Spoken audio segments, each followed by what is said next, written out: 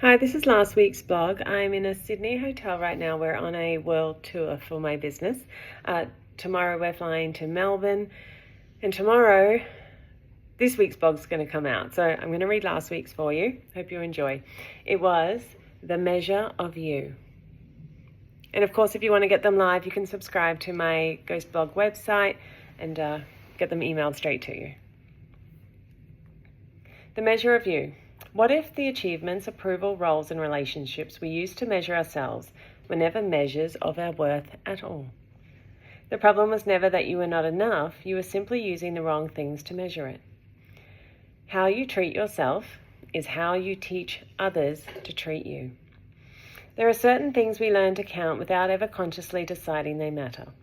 Achievements, promotions, income, invitations, approval, the number of people who need us, the number of things we can carry without asking for help. Some women, worth becomes attached to competence. For others, it is being liked, being chosen, being useful, or being the person everyone can rely on. Sometimes it is the title beside our name, the business we have built, the relationship we have kept together, or the children we have raised.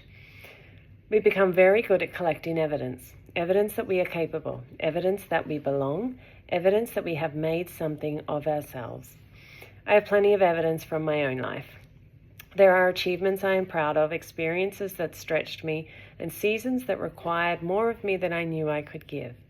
There are things I have built, risks I have taken, and moments when I have put my mind to something and discovered just how capable I can be. But those things are not my worth. They are evidence of my capabilities. There is a difference. An achievement can show me that I am capable of when I commit to something. A difficult season can reveal resilience I did not know I had. Building a business can teach me courage, discipline, and self-trust. Motherhood can deepen me in ways no professional accomplishment ever could. But none of those things make me more worthy than I was before them. The distinction took me longer to understand than I would have liked. For much of our lives, we are surrounded by systems that measure us. School measures performance, sports measures results, work measures productivity, business measures revenue, social media measures attention. Even our personal lives can begin to carry their own invisible scorecards. Who called first? Who gave more? Who remembered? Who showed up? Who owns whom? We learn to look outside ourselves for evidence of our value because almost everything around us has taught us how to measure performance. Very little teaches us how to understand worth.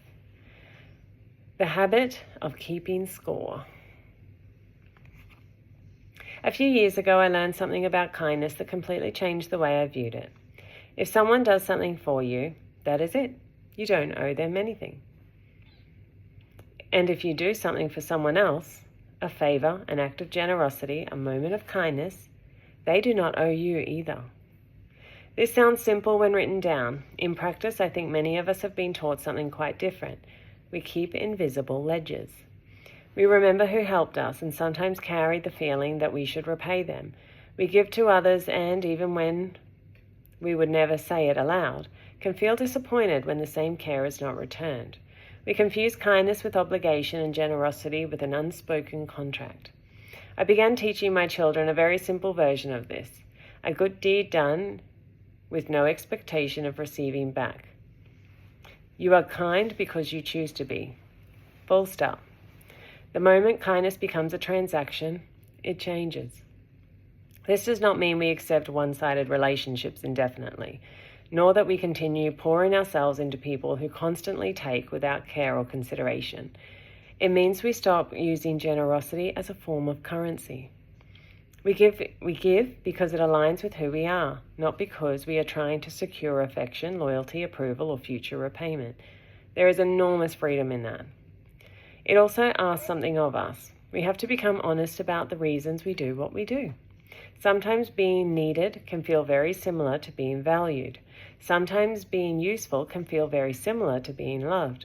Sometimes we overgive because it allows us to feel important in someone else's life. The problem is not kindness.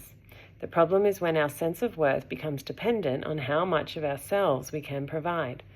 I don't believe my value is measured by how many followers how many favors I have done, how many people owe me, or how much I owe in return. We can mistake that kind of scorekeeping for evidence of our value, when really it is a negative energy to carry. Kindness is not a debt, love is not a ledger, and worth was never meant to be calculated that way. The things we attach to ourselves. It is easier to say that our worth should not be attached to external things. It is much harder to notice how often we still do it. My worth is not attached to the achievements I have had in my life. It is not attached to the approval of my friends or family or the people I work with in my business. It is not attached to a job title, a business result, or my role as a solo mother. None of those things are insignificant. They are part of my life. Some of them have shaped me deeply. Some have required enormous discipline and years of work to achieve, but they are not the measure of my worth. This matters because anything external can change. Careers end, businesses evolve, children grow, relationships shift, bodies age, financial seasons move, people approve us, and then sometimes they do not.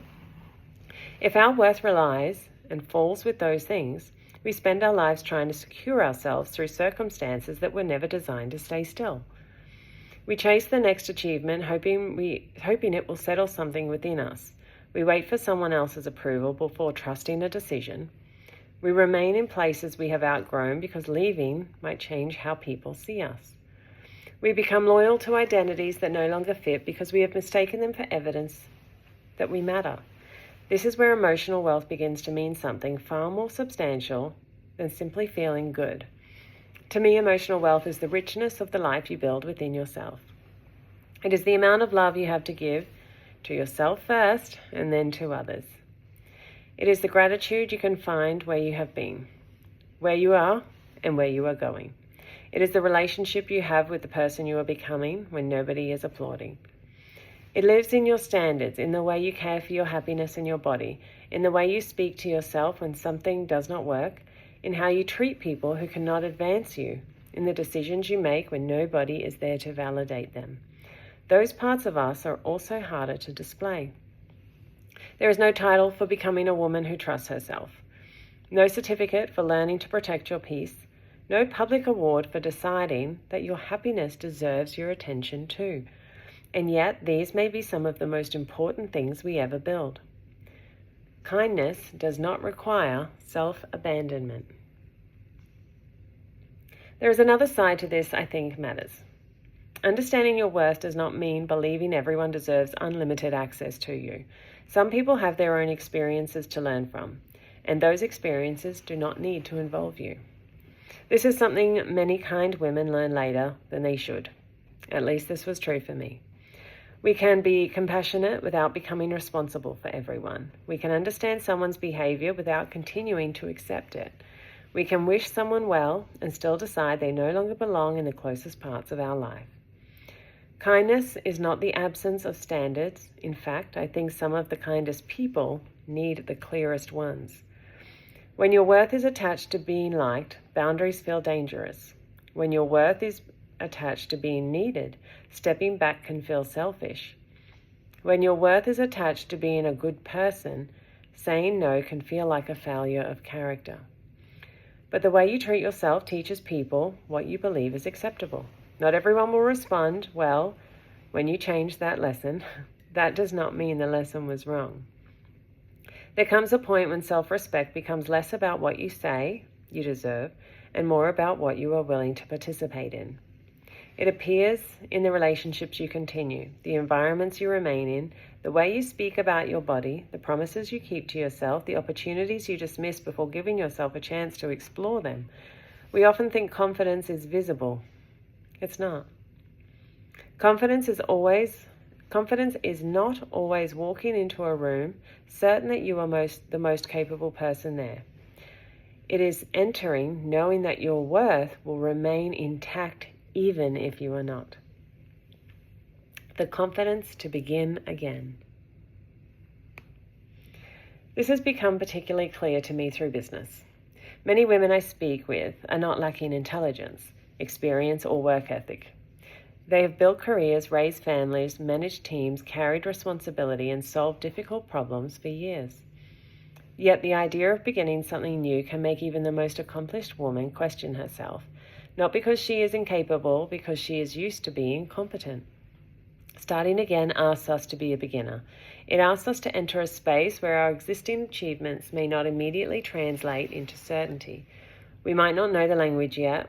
We might need to learn new skills. We might be seen trying to become before we are seen succeeding.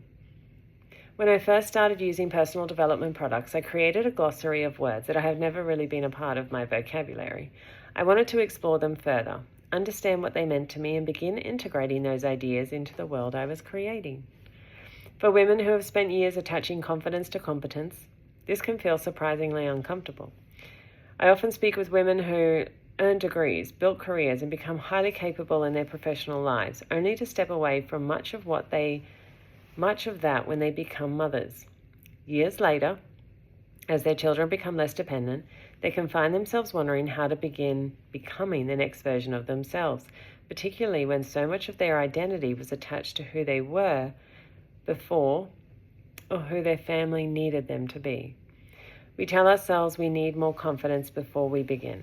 Usually, we need a different relationship with worth. If an unsuccessful attempt means something about who you are, you will avoid taking risks. Let me say that again. If an unsuccessful attempt means something about who you are, you will avoid taking risks. If another person's opinion determines whether your idea is valid, you will wait for permission. If being inexperienced feels like being inadequate, you will remain inside the boundaries of what you already know how to do. But when your worth is no longer on trial, you become much freer to learn. You can ask a basic question, you can be new, you can make a decision that other people do not understand, you can build confidence the way it is actually built through experience, repetition, and evidence. This is one of the reasons I believe starting an online business can become a much deeper exercise in personal growth than people expect. The mechanics matter, of course. Strategy matters. Learning how to communicate, market, lead, and make decisions matter. But underneath all of that, there is a more internal shift taking place. You stop waiting to feel qualified for your own life. You begin to separate what you are capable of creating from what you are worth as a person. A business result can become information rather than a verdict. A mistake can become something to learn from rather than something to hide. Success becomes something you are free to pursue, not something you require in order to prove you deserve to be here. That's a very different way to build. A different measure of you. The older I get, the less interested I am in measuring a life by the obvious things alone. I still believe in ambition. I still believe in setting goals, being curiously playful to pursue them, building something meaningful, and discovering what happens when we give our full attention to a vision. I want a big life, but I don't believe the size of that life will determine the value of the person living it. My attachments are evidence of what I can do. My work is the expression of what I care about. My roles are part of the life I have built and hold passion for. None of them are the measure of my worth. Perhaps the better measure is found in how much love we are capable of holding without abandoning ourselves in the process. In the gratitude we can find for a life that is still unfolding. In the standards we live by, in the care we give our bodies, our happiness, and the people we love. In the courage to keep becoming someone we respect. And perhaps most of all, in the way we learn to treat ourselves when there is nothing left to prove. Your worth was never measured by the title, the approval, the achievement, the relationship, the favor, or the outcome. Those things may tell a part of your story. They were never the measure of you. We'll see you for the next one.